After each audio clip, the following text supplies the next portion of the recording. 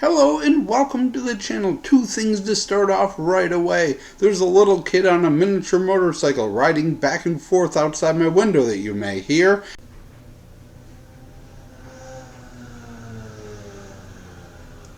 Also, this channel normally doesn't have disclaimers, but for this video and for comedic reasons, I do this episode. You see, there's a character in the movie that I didn't catch the name of, they only say it once.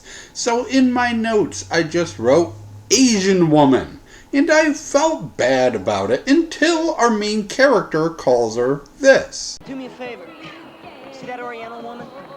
Thankfully, we do know who that young blonde woman is because this movie is only 75 minutes long and the creators of the film decided that every person in the movie needed a 5-second clip of them from their first scene in the film.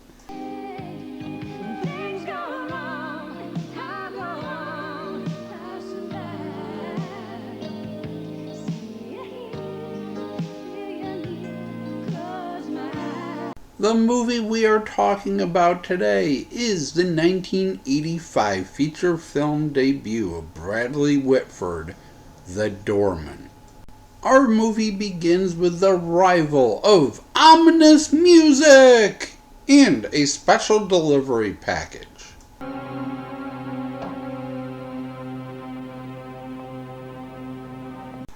Our main character leaves work and oh no, I forgot something. So he goes back into work and finds his relief doorman dead with a broken neck.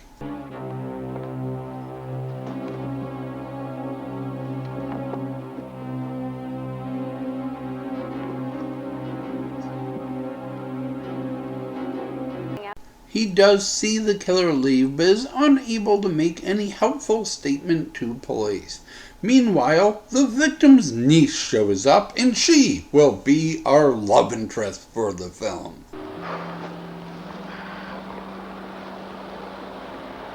Hey, listen, I'm okay. I mean, you don't have to hang out because of me. Well, which way are you going? This way? Me too. She makes lifelike mannequins, enough to fool our main character. Okay, I immediately thought it was a mannequin, and it is a mannequin in the movie, but according to the credits, it is a person. So you make the decision of who is dumb, me or the main character. That's Henry. Hi. Scrambled eggs okay? Yeah, scrambled's good. You want coffee or tea? Tea, please.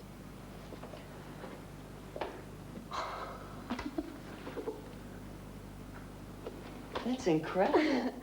Anyways, 2 more doormen are killed. That we surveyed. Expectations are high as they plan to capitalize on the recent rise in...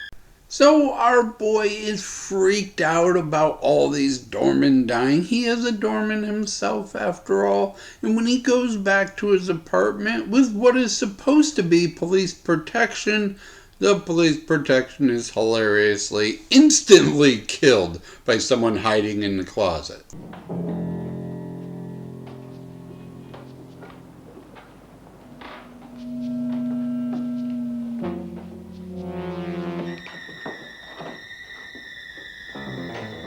So what the heck is going on?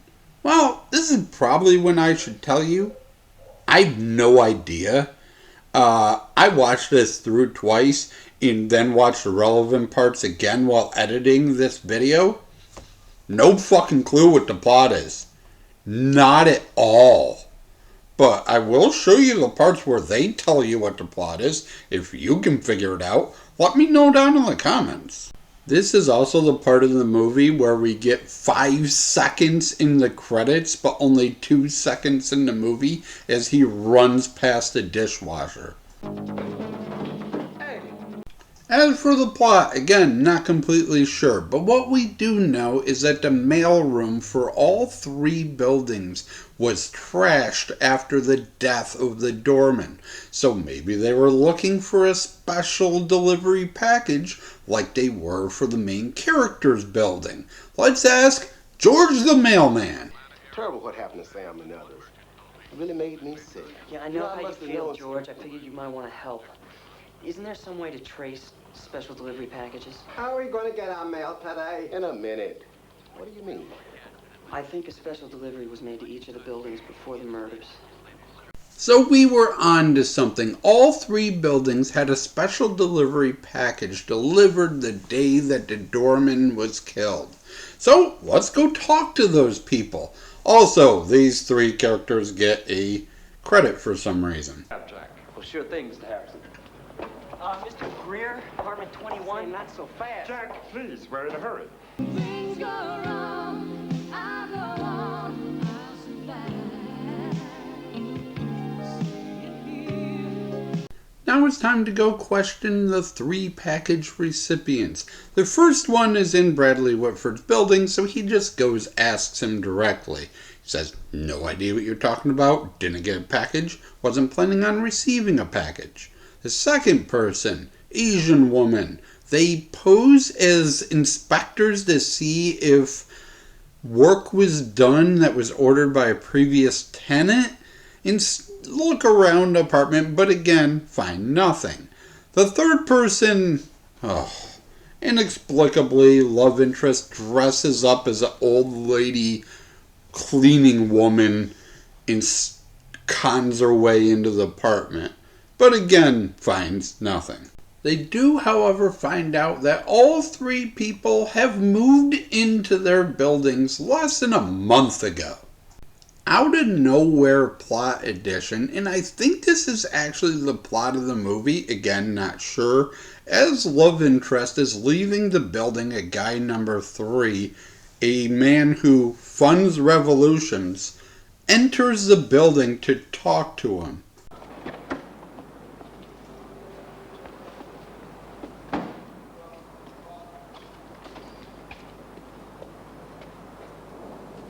What's his name? Luis Wilton. He's the nephew of one of the biggest and richest members of the Latin American Socialist Council. How do you know that? Terry, don't you care about what's happening in your world? Don't you? I care about who he is. Who is he? I read about him in Newsweek. Great. He supports revolutions on a lot of mistresses, and he doesn't like the Russians any more than he likes us. God damn it. So off to the library we go. They claim they're doing research, but mostly they argue about whether eating fish is different than eating chickens and cows. What is this? Fish fry. When you get hamburgers. I don't eat meat. So what's fish? It's not human, like chicken or meat. We don't share the same environment. Apparently, somewhere in this conversation where they decide you can't eat chickens because they look cute while laying on their back, we find out the plot of the movie! Suppose Simpone, Greer, San Lou, they're all part of the same group. And all 3 had money sent to them to buy arms for a revolution, except an opposition group finds out about their plan and intercepts the packages. So Greer and his friends think that you have their money, and the opposition murderer thinks you can identify him. Why would they think I have their money? You were in a good position to steal at least one of those packages. Why are you chewing while you're trying to talk? This isn't like a character trait where it's like a sloppy cop who's only cares about his french fries and isn't doing proper work you see on like fucking Blue Bloods or SVU or something. It's a random woman. Just take the fucking fish sandwich out of your mouth for 2 goddamn seconds and try to have a normal playing, I don't know, I guess we're at D now. Stalk Asian lady and hope she leads us to the rest of the group. She catches him following her, and while she again claims she had no idea what he's talking about, agrees to have dinner with him. On the way to dinner, he is attacked.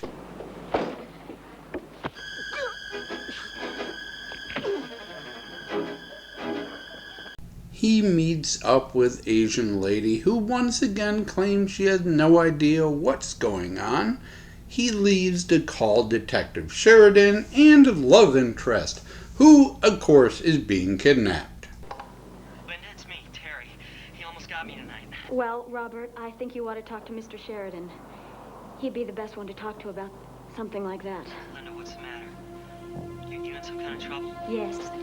Also, of course, Asian lady totally in on it with the other two package recipients. Got the girl? Please ignore the fact that the killer dresses up like a ninja and is the only character the same size as Asian woman. She's totally not the killer, I swearsies. Yeah, she's definitely the killer though.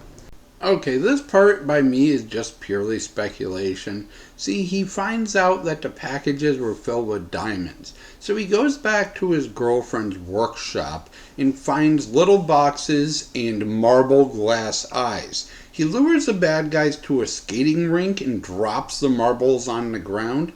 I think this scene was supposed to be the roller skaters blocking the bad guys by tripping on the marbles, but they don't film that scene, so instead he just stumbles around on roller skates for no reason and looks like an idiot. Don't keep me on. Run! Not without you. Linda, get out of here! You're not into heroics, remember? Get out of here. Don't keep me on the edge of my seat. Keep me on the edge of my seat. After stumbling to get upstairs with one roller skate on, our main character is attacked again. But the two old guys just shoot the attacker, not knowing who it is. It turns out to be Asian lady, their partner in crime. So we get main character and Asian lady yelling at each other, blaming each other for being the real bad guy. Who's that? That's the bad guy. Take off the mask.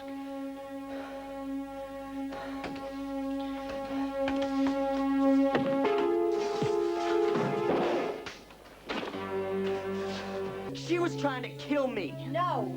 We were right. He was sent to intercept the diamond. She stole the packages. She killed the doorman. Then to avoid suspicion, she killed the doorman in her own building. Why was she trying to kill you?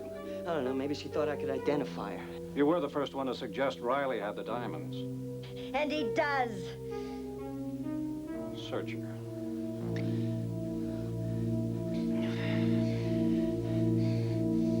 There's something here.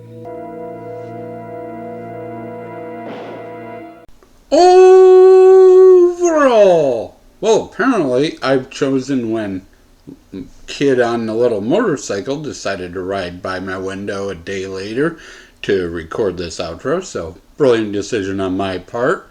As for the movie, yeah, I don't think it's a surprise that I did not like this one. It's the first feature film of Bradley Whitford. It's the first directing and writing credit for the writing director. Sharon Sharth plays a female lead in this one. She is a stage actress, friends with Aaron Sorkin. That's her and Bradley Whitford. Obviously, Bradley Whitford's best known for The West Wing. I didn't get this movie. Obviously, whoever created the poster and whoever made the movie did not talk to each other. The doorman's the good guy, not a giant imposing figure. There is no knife. All the people are killed by snap necks. And the only cop car in the entire movie pulls our main character over for speeding during a high-speed chase. Nothing on this poster happens. This movie is padded to make it to 75 minutes. There's multiple driving around scenes, talking about their food scenes. Twice they just sit there and talk about their lives. And nothing that's anything to do with the plot.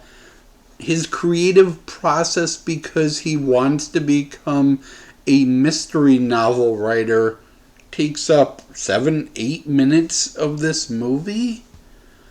And then more conversation about this international intrigue that turns out to be just some woman stealing diamonds because diamonds are worth money. This movie was created by Gary Youngman and Barbara Brenner. Gary held on for a couple more films, but this was the last one that Barbara was involved in. They previously worked on Rush It together, a comedy about a woman who moves to New York City and dates two guys at the same time. In this movie, the comedy wasn't there, the plot wasn't there, and when they ran out of the few jokes that they had, their movie wasn't there. Thank you for watching. I hope you got at least a little bit of enjoyment out of this review, and as always, I shall try to do better next time. No bonus clip from this film today, but I will give you some clips from the next movie I am reviewing. Jets making loud noises.